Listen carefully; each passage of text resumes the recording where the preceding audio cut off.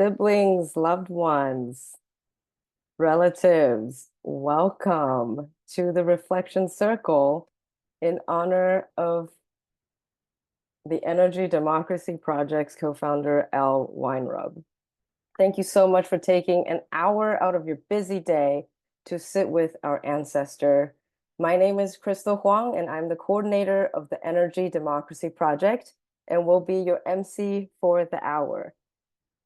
For those who don't know, Energy Democracy Project is a unique formation of more than 40 energy democracy practitioners, mostly local, working in the front line of the struggle for energy justice. Together, we strengthen our collective effort to democratize energy and advance the emerging energy democracy movement all across the country. Before we get started, a few technical things. This call is being recorded. You should have a consent as you entered. This is a reflection circle that could take all day long for us to reflect.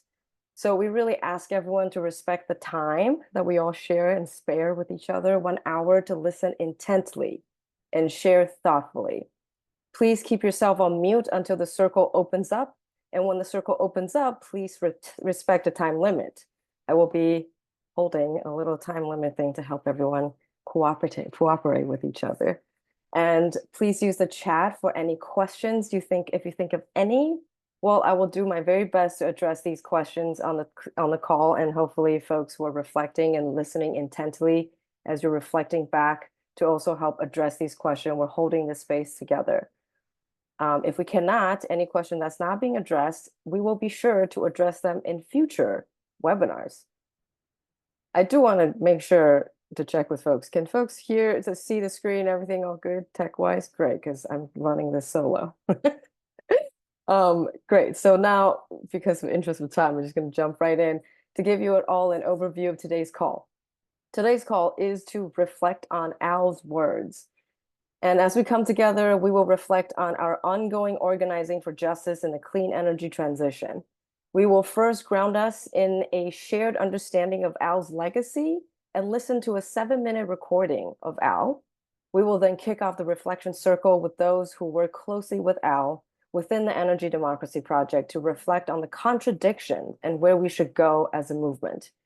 And the movement is for all of us, so the circle will be open for all participants to share a reflection in 2 minutes. So please, when you're ready to share, please share intently and keep it under 2 minutes. And again, I will be holding a little timer to help you. You can be prepared to share or just listen, whatever moves you. And recognizing again that this topic could take all day long, and in fact, maybe lifetime, we will leave everyone with actions forward and share resources to continue conversations in your own community so we can keep this forward. This is not a one-time thing. So as we get started, I just want to say that at Al's celebration of life last year, we all learned that the vastness of Al Weinrub could only be held together when the people whose heart he's touched all around the world come together. And that's what's happening right now a little bit. And to help us all to have a shared understanding of this legendary Al Weinrub, I will read a brief biography with many sentences really borrowed from the words shared at his service. Al was a product of the 1960s. Those were the years of US-sponsored carnage in Vietnam and the bloody conflict against people who are fighting for racial justice and peace at home. In the late 1960s, he was part of a group of scientists and engineers based in Cambridge, Massachusetts, who questions their role in the broader political culture, the economy, and the relation to the unpopular Vietnam War. In 1969, they founded the Science for the People as a decentralized national organization with chapters mainly at research universities across the country. Al served for 5 years as the managing editor for Science for the People's magazine. In 1974, he moved to San Jose, California, where he was engaged with the energy crisis of the mid-1970s, as well as with the movements for Black liberation, women's liberation, national liberation movements, defense of affirmative action, organized labor, among many others. He was a bus driver leading a fight to secure peace in El Salvador.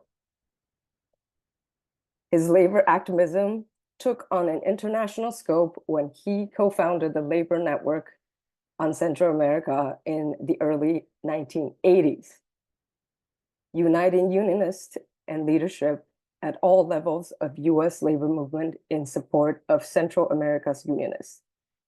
His involvement with the Labor Commission of Line of March aligned him with Jesse Jackson's National Rainbow Coalition as he worked to build a more powerful class struggle-based multiracial labor movement. During the 1990s, Al served as a term as president of the San Francisco Bay Area local chapter, and then subsequently a first vice president of the National Writers Union, the NWU. The NWU was an early attempt to organize among what later became known as the gig workers, people who work on temporary contracts or one-time assignments. In the NWU, they included freelance journalists, book authors, poets, business and educational writers. And in the Bay Area, of course, a huge contingent of them were technical writers, including Al himself.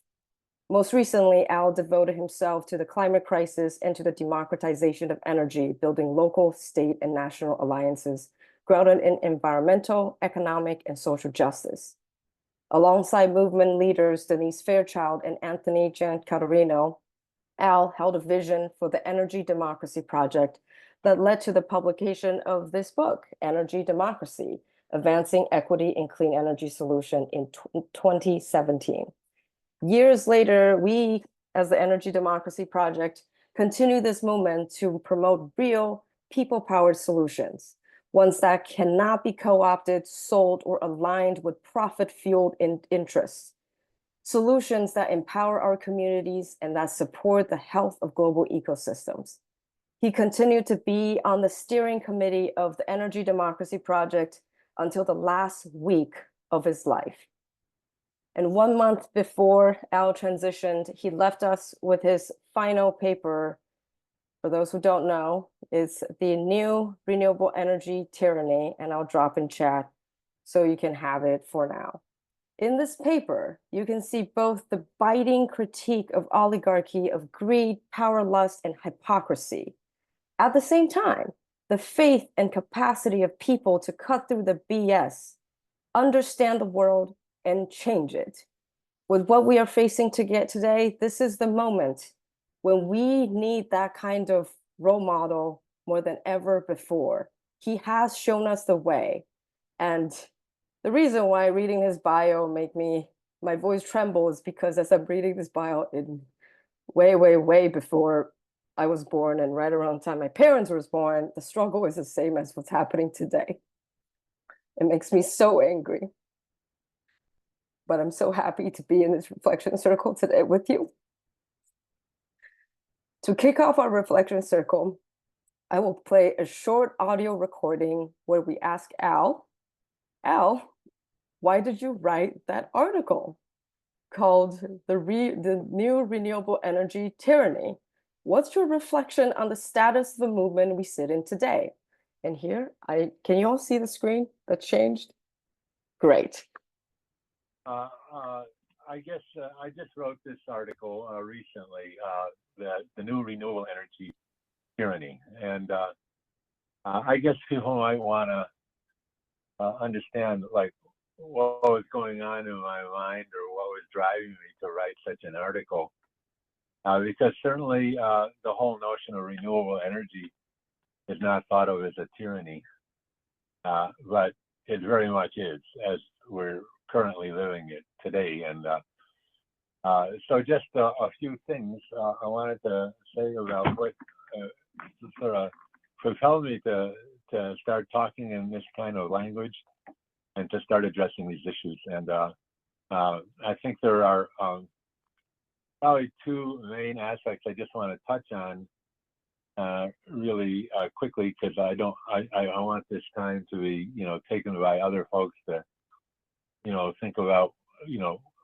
what their thinking about these days and where they see our movement. And I'm talking about the energy democracy movement and where they think we stand and how far along we are and how far we really have to go to have any significant impact on the future of our lives. So the first thing that propelled me to write this article is that energy democracy forces that in this last couple of years have gotten clobbered. I mean, I'm seriously talking about clobbered. I mean, the reports today were very,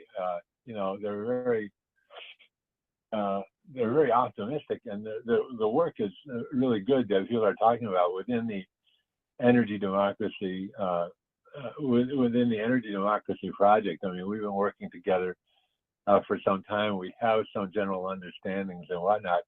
But if you really look at the national level, or at least the way I look at the national level, and I look at what's going on in different states and different places, I mean, we are getting clobbered, meaning that there's a very powerful energy oligarchy that's essentially calling all the shots. Even when we think we're having some victories, they're very marginal and very small and very slight. They don't really amount to the type of empowerment that we feel is needed for our communities. And when I talk about empowerment, I talk about being empowered, to really set an agenda that has to do with justice, an agenda that has to do with our being able to really determine a future that we can live in, and so on.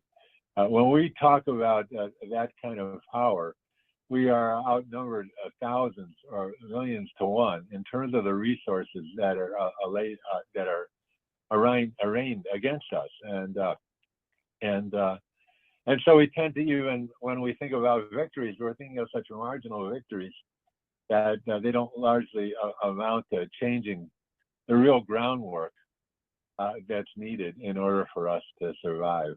So this article focuses a lot first on really the dominance, especially in California, is where it started, because California traditionally has been a place where all this renewable energy stuff is supposed to be, really making advances, and looking at what actually has happened in California in the last couple of years. And without going into detail now, I mean, it's been a disaster scene.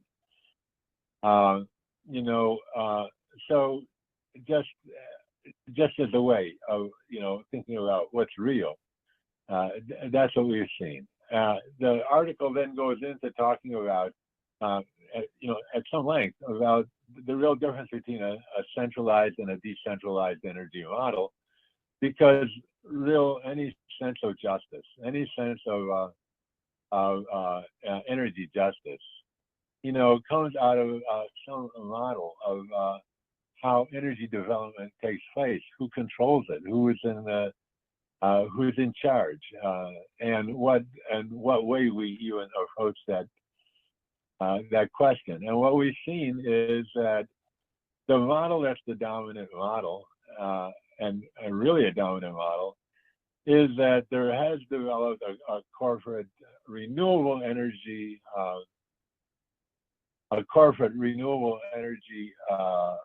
oligarchy. And we're not talking just about utilities. We're talking about a whole apparatus that exists in our country about how energy decisions are made, who they are meant to serve, who has the economic power to deliver what they want to deliver, who profits, who's hurt, who's left out in the cold. And that oligarchy has not shown any weakness. It's been aggressively on the offensive. It has, at least in California, just basically, rolled back even simple programs like net metering and the ability to develop local resources at a local level. Moving that direction is that to be able to really understand and develop these two antagonistic models, the centralized and decentralized energy model, and understand their ramifications. So that's what the That's what this is focuses most on. But then to get into the whole question of what energy justice means in a much broader sense of just renewable energy, because our ability to survive is not based on whether we have renewable or non-renewable energy. It has to do with whether we can create an ecosystem that's a survivable ecosystem. So I get into issues there that are very much relevant to the fact that solving the climate crisis is not about renewable energy at all. It's really about a much broader way of looking at what needs to be done to address the challenges. So I'm going to just stop there. Thank you, Maria, for giving me another couple seconds. Let his words sink in. This was the recording, and you heard that he was referring to Maria, which you will hear, who you'll hear from very soon. This was a recording of our internal energy democracy project collaborator call just 12 days before he transitioned into being our ancestors. His moral compass was the guiding light for those who were fortunate enough to know him, and will continue to be the guiding light for all of us to move forward. So now we will get into our reflection circle. How are you thinking about the energy democracy movement these days? Under this context, if you want to reference to Al, go for it. But we are focusing on this reflection of the energy democracy movement that was kicked off by this short recording of Al. I was going to pass it over to Maria since Al mentioned Maria, but I was told that Jessica is currently on the road and might be losing reception soon. So I'm going to check if Jessica is still with us and can say a few words. Jessica, are you here? I'm here. Great, hi. Hi, everyone. Jessica Tovar with the Local Clean Energy Alliance. I'm using Panda Express Wi-Fi to communicate with you all today. It's hilarious. But I just want to acknowledge, first, it's great to hear Elle's voice. It's a little hard, actually, too. But I want to really touch on some of the current struggles that we are having here in the East Bay area, particularly around our local community choice program, which really is akin to what Al just spoke to, is we're really dealing with a community choice agency that's about to potentially include PG&E's Diablo Canyon nuclear energy into its program. And we're being told something that maybe many of you are also hearing, where there's this false choice between gas, right? Gas-fired energy or nuclear energy. And being told that in order for us to transition and actually curb climate change, that nuclear energy will solve that problem. And so it really pisses me off. But also it's really akin to the powers that be. We know that both are harmful for environmental justice communities around the world. And we know that neither is going away.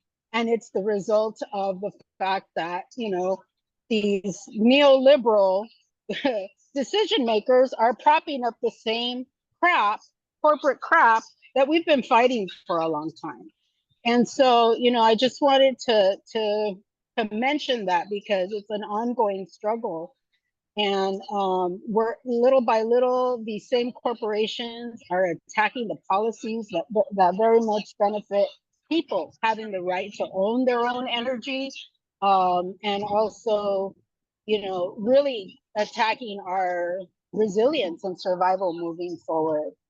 So, you know, I know none of this is new to people because a lot of us are in some shape or form representing the communities that we're at. But one thing I will say that I will disagree with one aspect of what Al said, is that there is actually hope. There's actually a movement of energy democracy. The day he died, that very day, we held our very first monolingual Spanish workshop on energy democracy. And so we're really crossing over into communities that were never meant to address the energy system and never meant to not only understand it, but weigh in. And so I'm going to stop there and leave you with that. But there's a lot more work to do, whether it's energy or in another sector. At the end of the day, what we're fighting for is our human rights. So with that, I'll say clean power to the people. Thank you very much. Thank you, Jessica. And that's something that I will also speak to personally, that I have always been leaning onto Al for getting the faith in the capacity of people to be able to understand the world and change it and do all that, because there's the hope that exists. And with that, I will pass the mic over to Maria, if you're ready to continue our circle reflection on the status of the movement. Thanks, Crystal, and thanks for holding space for this conversation and share. And I love, Jessica, that you brought up that you were going to disagree. I feel like Al's probably smiling because that's also what I wanted to share and bring forward, is that Al really created a lot of space for us to have like friendly disagreements. So I wanted to share a quick story that I helped, that I was part of facilitating that last conversation that we heard the recording from. And the story I want to share is what happened after that. And I believe it was the last week before Al passed, but he reached out to me to have a conversation, or to actually to challenge me. And I had only gotten to know Al during the last few years of his life around my own explorations of feeling disillusioned with traditional advocacy mechanisms of the utility system, and really wanting to see deeper transformation and starting to think about, you know, how capitalism plays into all of this and ownership. And Al was very much ready for some dialogue around all of that. Anyway, so he reached out to challenge me after that conversation, and he said, hey, like, I've seen you've been writing about utility system, and there's a lot I like of what you're saying, but you're not talking about decentralization, and I really want to challenge you on that. And this was just, yeah. And the timing of that, I was just like so touched by it. And I was like, okay, like, let's talk. Like, I want to hear what you have to say. Like, I welcome your challenge. And I ended up going over to his home, and we had what turned into a 3-hour-long dialogue. And I came with this question of, hey, I get decentralization of ownership, but I have this question about like mineral justice. And if we overbuild the renewable energy system, I don't want it to be over extractive. And anyway, so I had all the, you know, these questions, and he's like, put that aside. He's like, that's an engineering thing, and we can figure that out. He's like, this is not about the technology. This is really about our values. It's about our culture. It's about building that survival ecosystem that he just mentioned. And the other thing he shared with me at the time is that he shared with me his whole journey of trying to put together a decentralized and distributed energy like roadmap and strategy in California. And he just really felt that our movement needed that roadmap and strategy towards what a decentralized system could look like.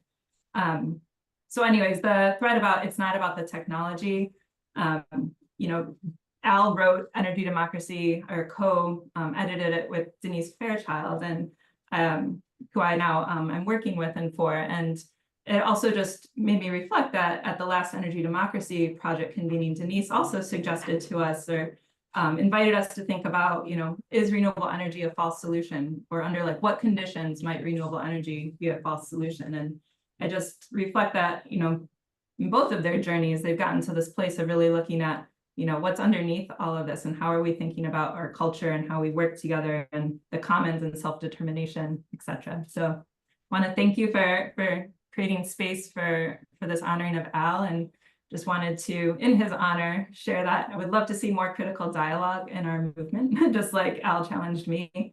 And perhaps at the next convening, we can also talk about this roadmap that he was really excited about for the decentralized energy system. Thanks. Thank you, Maria.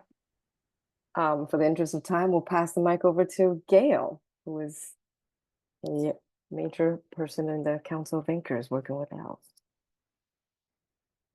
Hi, thanks for inviting me to do this. I was asked to share some reflections on the role that Al played in fostering the Council of Anchors as a sort of quasi-governmental aspect of the energy democracy project. And I think everyone who knew Al knew he was all about ideals, and not just energy democracy ideals, but ideals that would uplift working people the whole world over. And in fact, when I first met Al, I knew I had heard his name before, but I couldn't figure out where.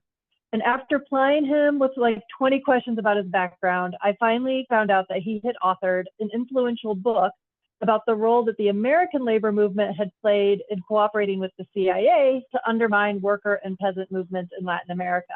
And I had read that book as a young union organizer. So he was influencing me with his ideals even before I met him.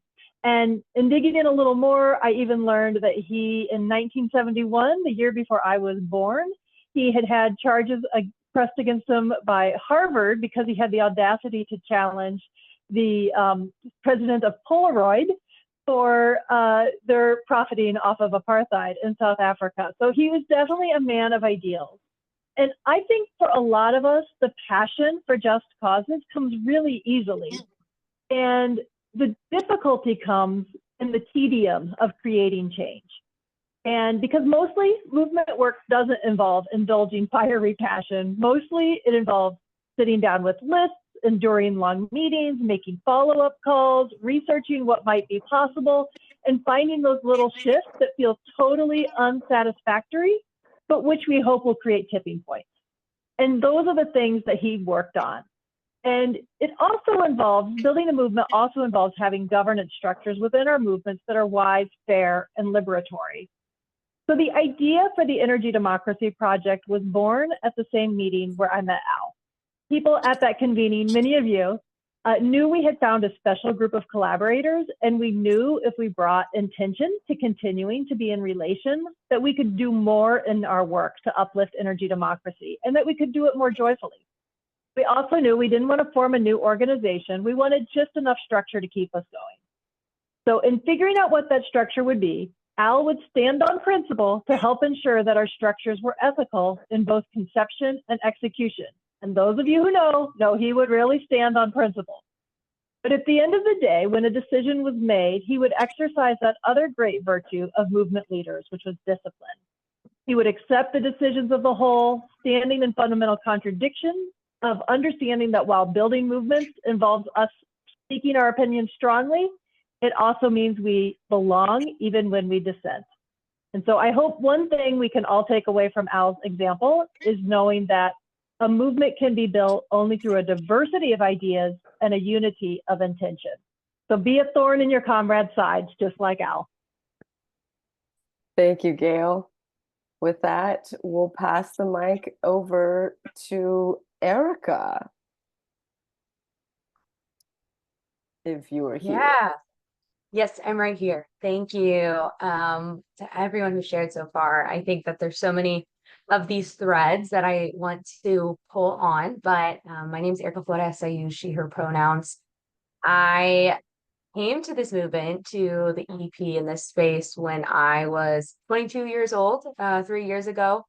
And I think as a young leader in this movement space, I just wanted to share a few brief reflections on what I feel so lucky and honored to have learned from Al, as well as the importance of intergenerational organizing, right? And looking at the decades of work that Al has done before I have existed on this planet, on this earth.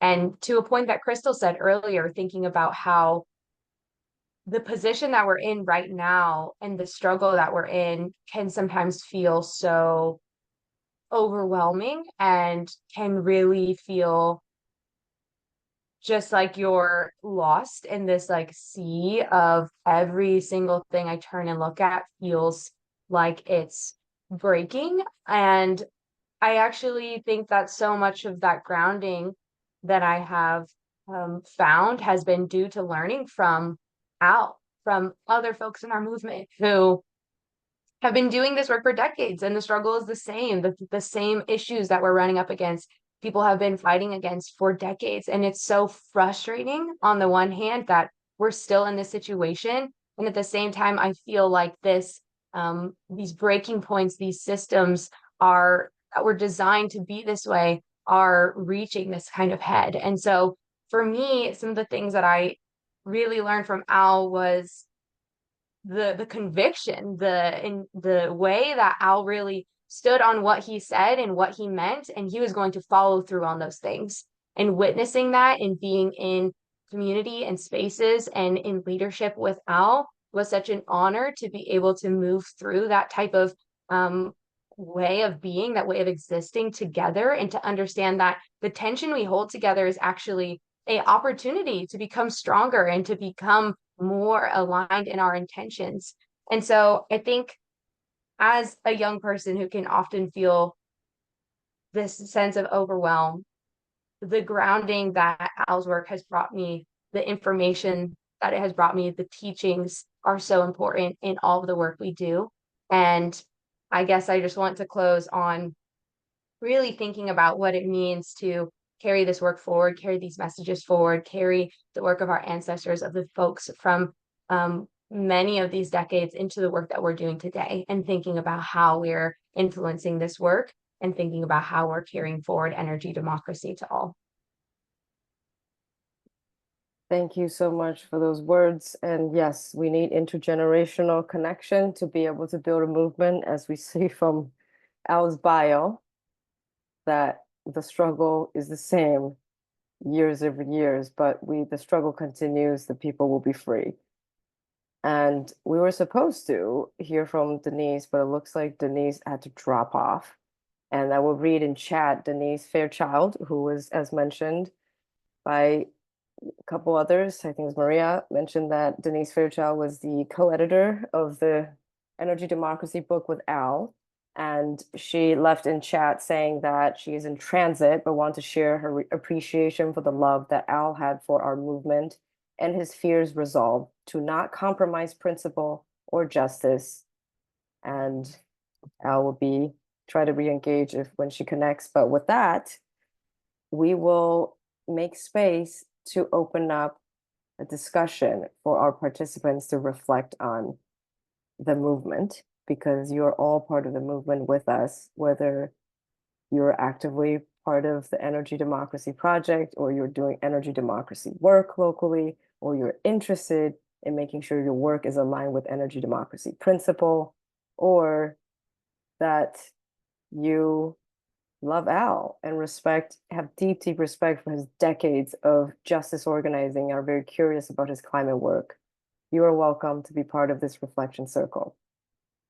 The way we're going to do this is, because there's so many of you on the call here, if you can raise your hands, if you know how to raise your hands, just go to react and then click hand raise. If you don't know how to do that, please put in chat, just write stack, and I will count stack, and I will keep the stack and get there. And I see Lori Hill with the hand up. If you could do that or do the emoji, that would be great. And everyone, you get 2 minutes so that we can make space for others to reflect on the movement. What is the state of the energy democracy movement, so we can get a sense of how we move forward after the end of the hour.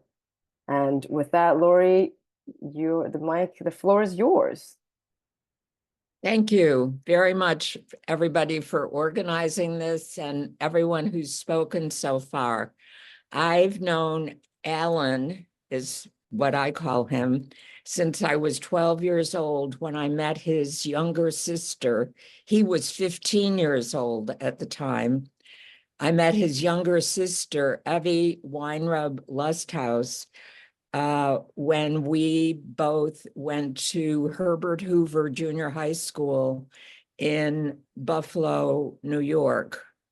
And I've adored Alan since then, for all the reasons that everybody is saying.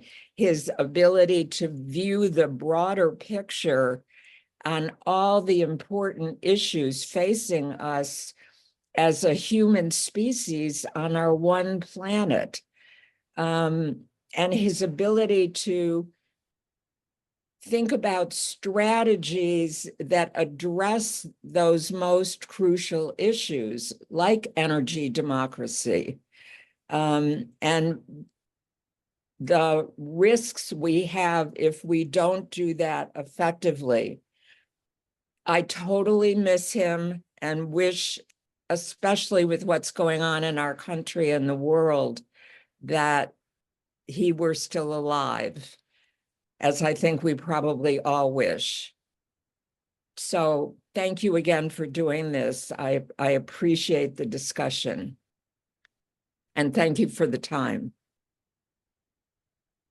Thank you for the words and the love, Lori.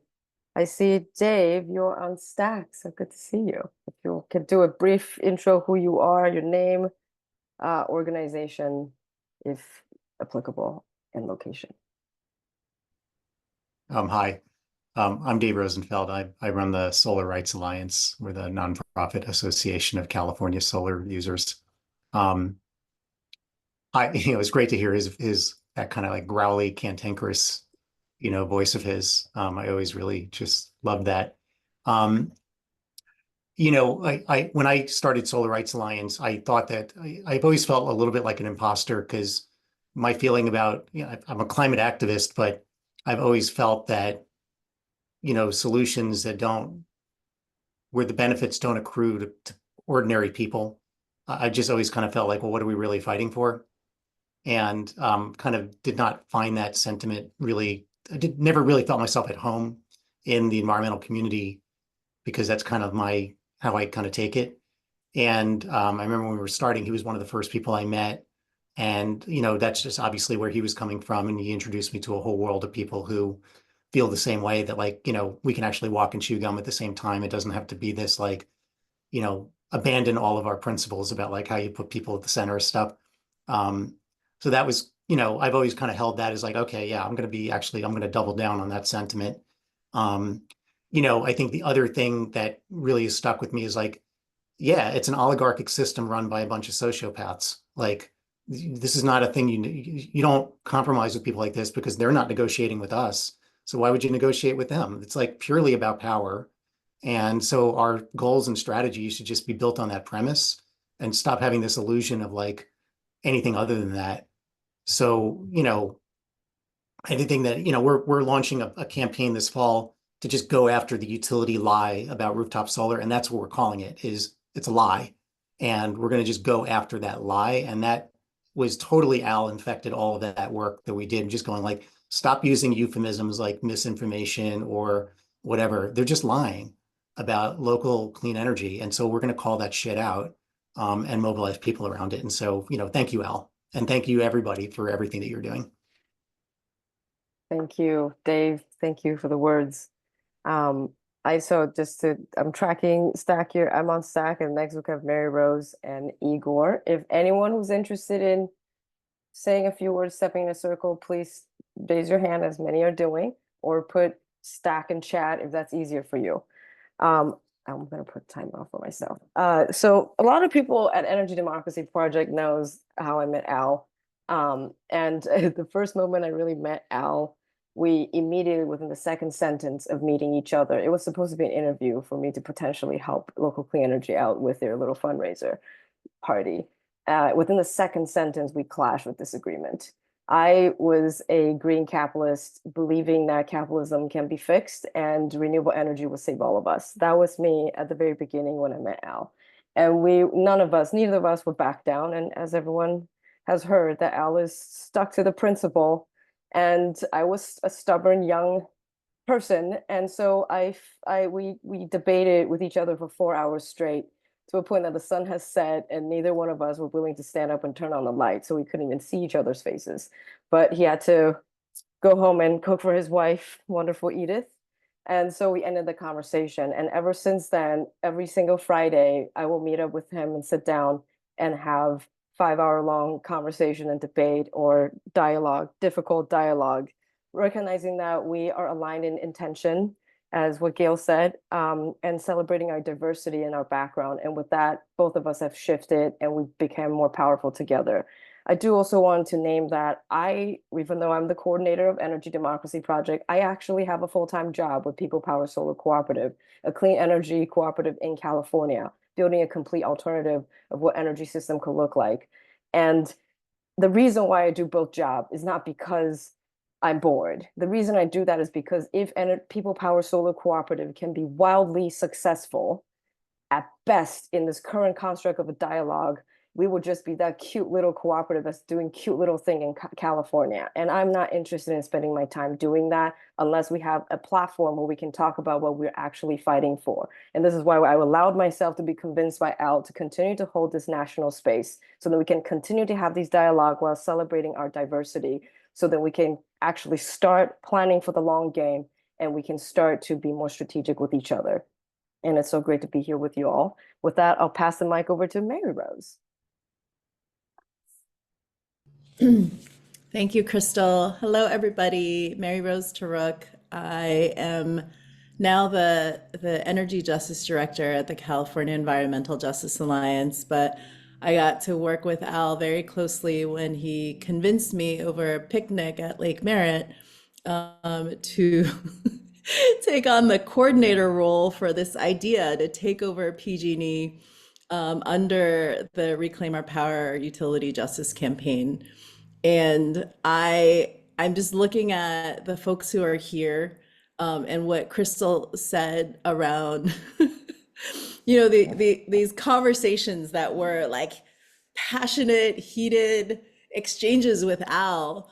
And I looked at like who was around Al, and it's just like, so Al wants me to work with this group. I know he and I are going to be fighting about ideas, but principledly.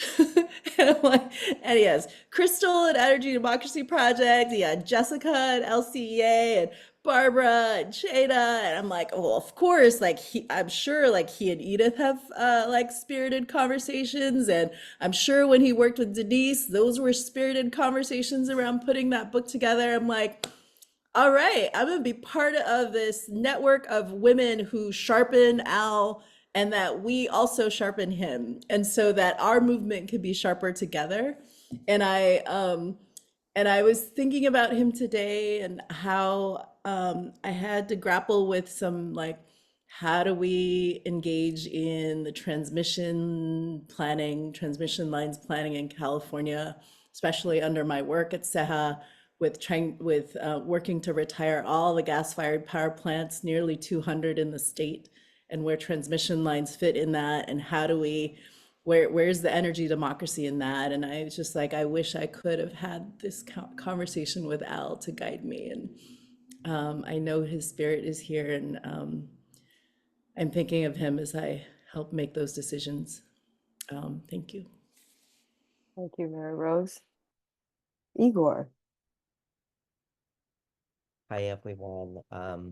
First of all, just it's very humbling to be in a space of such incredible movement leaders and thought leaders. And also apologies for being off camera, as this week I have been a bit under the weather. But I will never get, I think, to the pinnacle of thought leadership that Al epitomizes. And maybe it is one of those illusory, aspirational goals. But Al has certainly been a key part in my own journey. And I've come a long way from working for 12 years at the part of the Department of Energy that dealt with nuclear safety, to going into distributed energy resources policy. And I can definitely relate to all of you who have had heated conversations with Al. My first kind of understanding of who Al was through the Sierra Club, and Jessica would remember this, where we clashed about, Sierra Club was looking to sign on to an opt-in policy for 100% renewable. And Al kept reminding us, have we consulted those who would be most impacted by this. Is this actually going to be about choice, or are we dictating something to them? As a Ukraine native who has, over the past 2 years, understood not just what when we fight the monopoly, the investor-owned utility monopoly here, we're fighting monopolies all over the world that engage in acts of energy warfare. And our spirit, when I was organizing for something that is now SB 1374, the day after I heard the awful news about his passing, we shut down that CPUC meeting for hours. So many comments came in being like, what the F are you doing? And so Al lives within us all. Al presente, and thank you again. Thank you, Igor.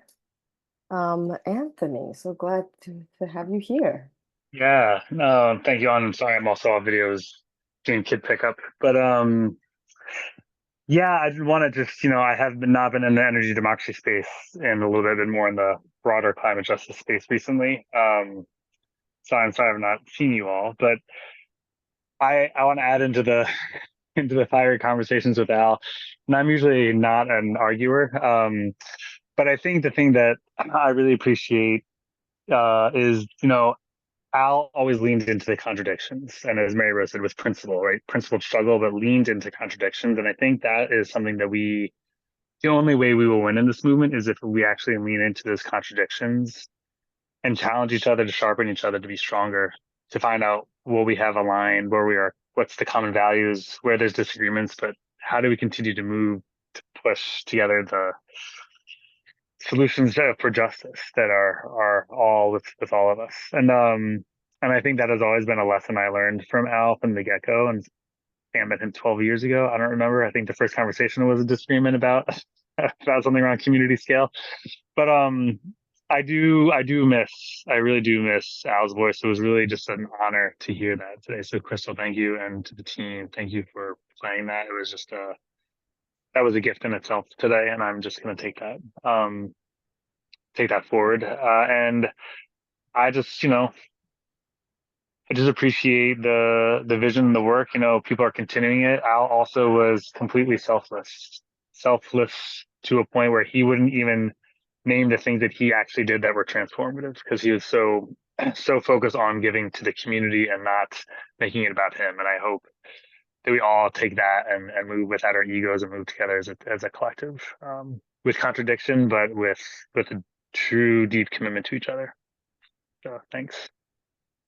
Thank you so much for that, Anthony. Passing the mic over to Ernesto, and then Lawrence, then we'll close.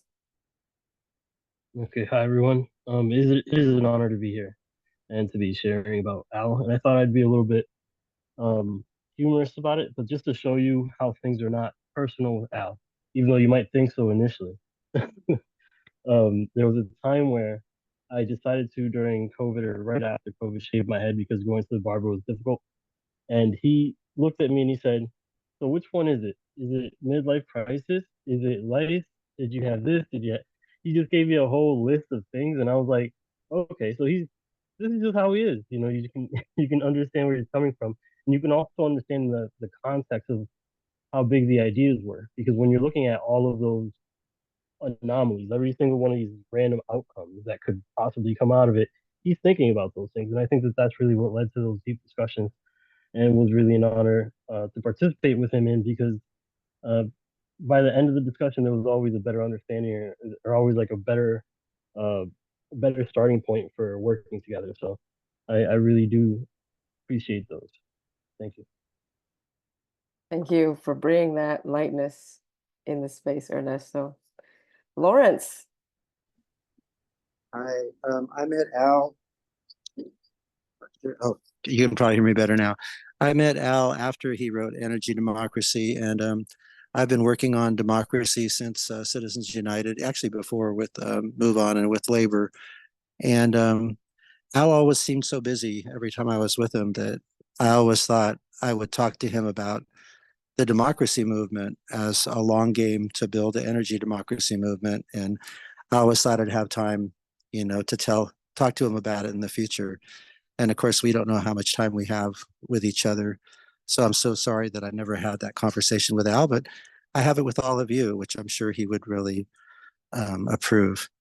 And so the Alameda Labor Council has endorsed the We the People Amendment. It would establish that only humans are entitled to constitutional rights, not corporations, not artificial entities, and that money in politics needs to be regulated. And it would absolutely shift the power balance in this country. And it's been growing steadily since it was introduced first about almost 15 years ago. But most people don't know about our long game, and they don't know how much it would help us accomplish all of our goals in the environmental justice movement and the social justice movement by depowering the powerful, the rich and powerful, and taking down that wall of corporate power so that we could win. And so I just challenge everybody to look at what I put in the chat. I really, truly, and with all my heart, believe that Al would approve. And I look forward to hearing your opinion about that. Pass.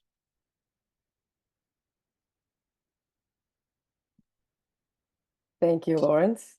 Thank you so much for bringing this in. So in the circle, we've heard a lot of conversation around having principled conversation, a reminder, recognizing that we are all so busy, and to have a principled conversation is really hard when you have so much you need to do. And then not only that, also sit with people who disagree with you and said so directly and sometimes feels violently in your face.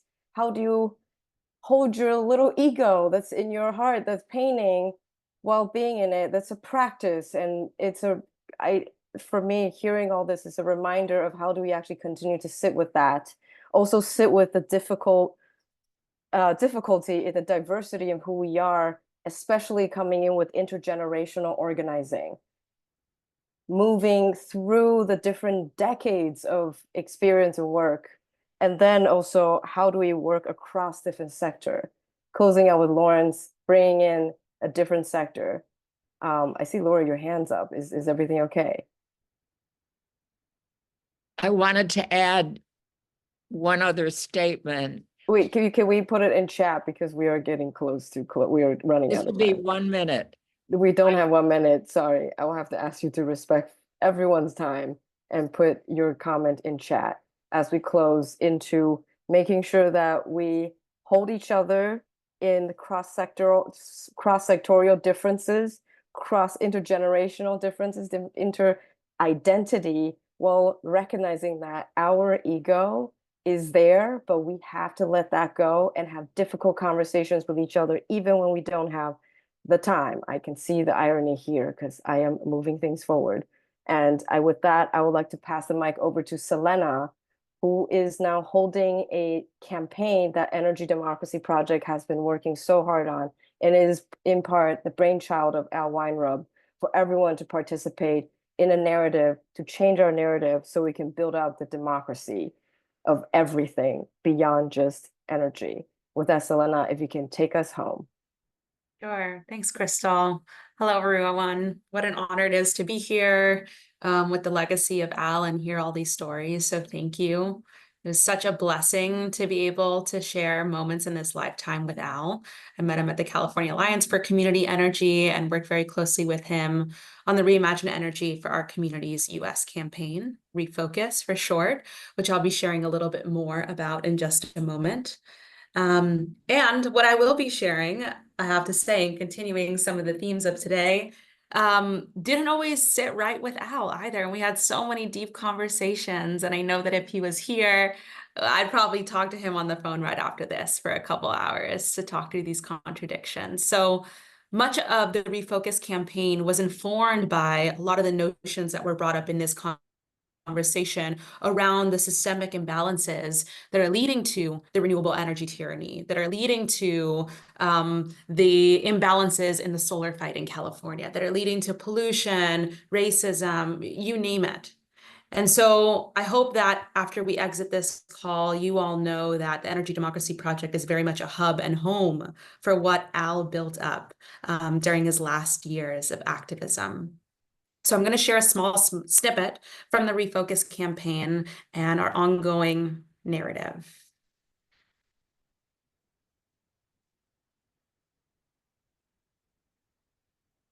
All right. Can you all see this? I can't see any. Now we do. Yes, now we do.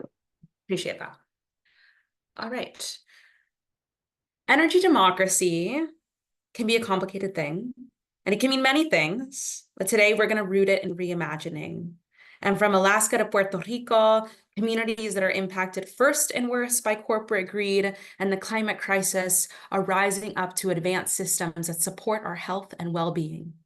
Everyday people just like you and me are shifting power from Wall Street and profit-driven power companies to communities so that we can meet our needs ourselves, where we all breathe clean air, drink safe water, and live a good life. That's what we call energy democracy. And currently, we're facing a crisis. The energy systems in place today are upheld in centralized power, in the centralized energy model, as Al called it, where energy development, control, ownership, and decision-making resides within Wall Street and corporate electric utilities. They, up at the top of this illustration, negatively impact the health and safety of our communities, and they fail to provide the energy needed to live, especially in the face of climate disaster. They throw fuel in the fire of climate change, all while we're left in the dust with blackouts and increasing energy bills every year for their profit and power gain. But the good news is that there's a way out. And that's why we're putting power back in the hands of the people, and we're creating a system that works for all of us, not just the few at the top. We're holding greedy CEOs and the politicians they pay for accountable. We're demanding our right to local, clean, affordable energy that's tailored to our communities and in right relationship with the land. But we have to be clear. It's people, not technologies, that are going to lead the way. The solution to the climate crisis is not simply to switch to renewable energy technologies, but rather to shift entire systems of power. And so we're reimagining the 21st century energy model to create more reliable and equitable energy systems in our communities. Because it's time to focus on communities over corporations and our current power structures to protect our health, clean air, and water. And this organizing for a people-powered energy future is happening now, and it's because of so many people that are here on this call. We're shifting power away from centralized authority to envision a reimagined future where our communities all have the energy we need to live, work, and thrive. So the Refocus campaign has been built in collaboration with dozens of organizers spread across the country from Alaska to Puerto Rico. And today I just want to highlight 3 easy steps to continue on the legacy of the fight that Al set in place for us at the project. We can stand in solidarity with Puerto Rico. I've added a URL there, and you can hear a little bit more about the organizing that's happened there that's really ignited us into action at the project to build solidarity with the struggles across the country. You can spread the word with your neighbors, with your auntie down the street, with your fam in organizing meetings. You know, the energy organizing circle is pretty small, and it's so nice to see familiar faces on this call, but I want our next Al Memorial Circle call to have hundreds, thousands, many, many more people engaging in this conversation and hearing what he built worked so hard to build for.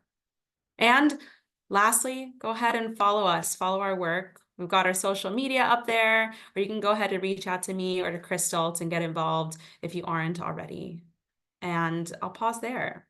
Thank you for giving me the chance to speak, Crystal, and big ups to Al for all the work that he did.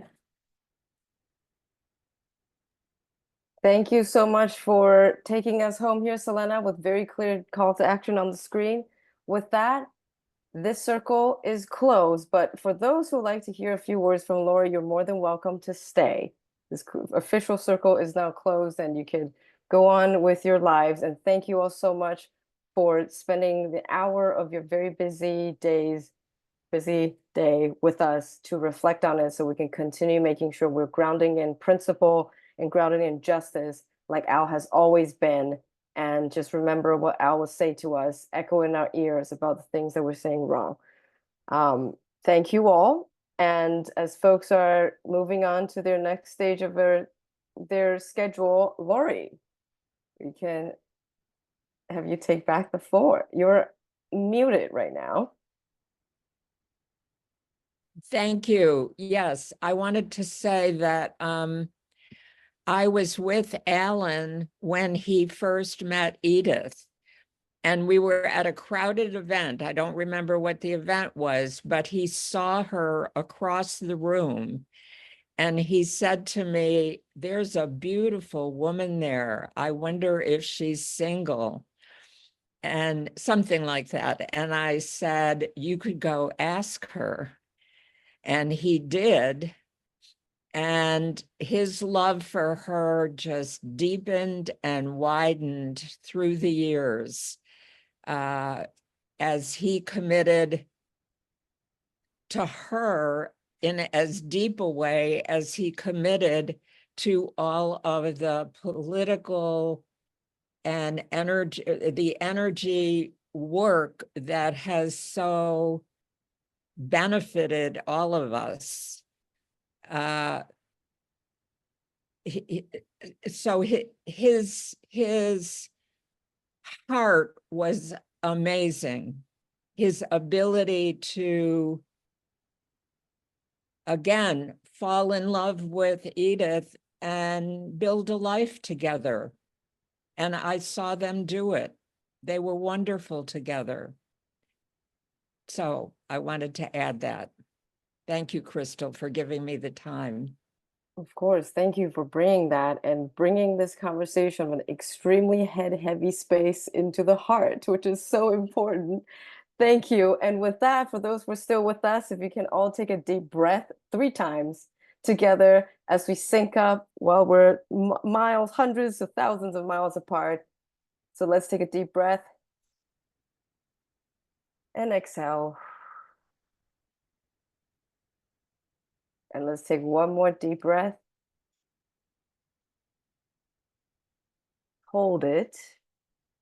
And slowly exhale. And then we're going to do one last deep breath where we inhale.